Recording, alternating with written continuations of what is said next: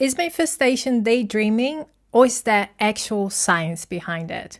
Today, we are going to talk about how manifestation really works. And no woo-woo, we will dive into neuroscience and quantum physics, and you will understand the practical and scientific steps to create results in your life. Before we dive in, if you're new here, welcome. My name is Elle, and I share insights to help you shift your mindset, your energy, and your reality.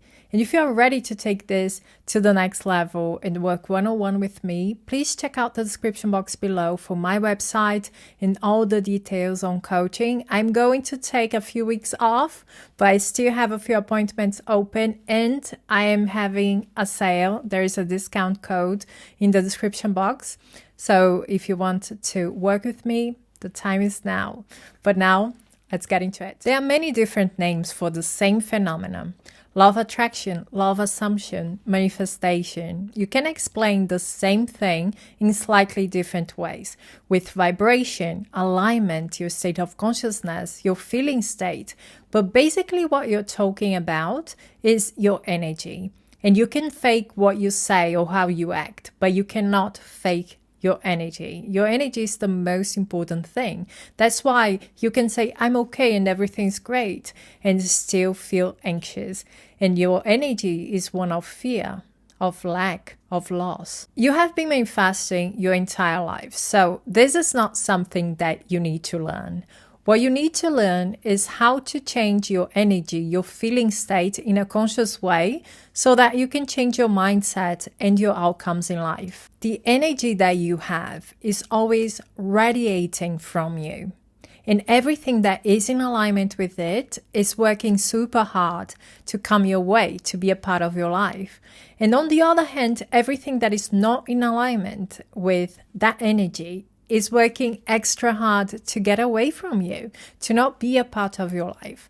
That's why you can desire something and still never experience that, because it's not about what you desire, it's not about what you want, it's about who you are, who you believe to be, and the energy that you have. If you want to change your outcomes, you need to change your energy. And to change your energy, you need to change your beliefs about yourself, about the world.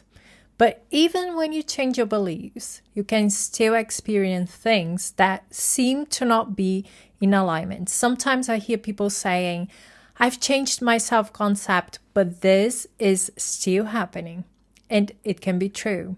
This happens because there are still beliefs there that allow those experiences to manifest. For example, I can believe that I am good, that I am amazing, that I am the best partner, I'm the most beautiful person in the world, I am the one, I'm a catch, and still believe that someone doesn't care about it. For example, my SP. I can still believe my SP doesn't see it, my SP doesn't appreciate it, my SP doesn't see me, doesn't love me, doesn't care about me.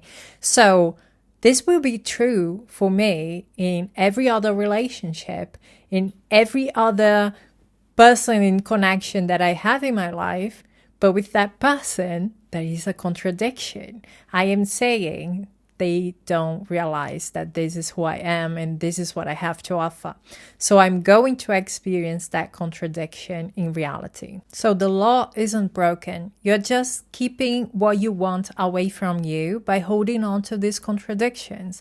And this is what you have to do. Take some time, look into the things that you believe about yourself and that person, yourself and money, yourself and your work, and see where the contradiction is. To change your state, your energy, your beliefs and assumptions, you can use techniques like affirmation and visualization. But basically what you want is to create new pathways in your brain. These pathways are like little roads that connect the areas of your brain. And the more you repeat your assumption or your new idea, the stronger your belief in those things become.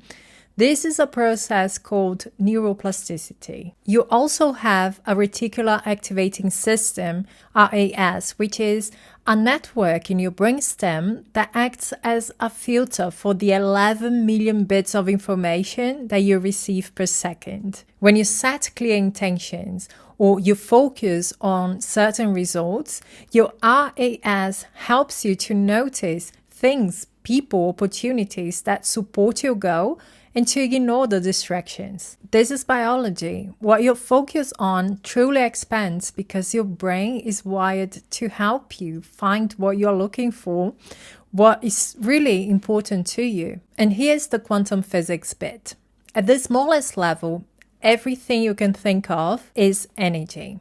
And particles, they exist in a state of probability until they are observed. When you make a clear intention, you are not changing the universe with your thought alone, but you are interacting with that field of potential. The act of observation impacts your reality because by focusing your attention, your emotion, and your actions, you are more likely to collapse possibilities into real results in your life. Your choices and your focus, they basically shape which potential outcomes you interact with. Manifestation isn't just wishing. Focused intention prepares your brain and your body. But inspired actions bring it all together. And inspired actions, they are a natural response to the world coming from your new state of consciousness. So they are not a strategy. They are more instinct. Manifestation is science in action. You can train your brain, shape your attention, and interact with real possibilities by shifting how you perceive the world, your beliefs, your energy, and consequently your life. When you believe that you are your best self, you think differently, you talk differently, you act differently, and people notice. They notice who you are being, who you believe to be, and they will treat you differently. You will get a different outcome. So this is not magic. This is real science. That's it from me, guys. Thank you so much for being here. We are going to talk soon. Bye-bye.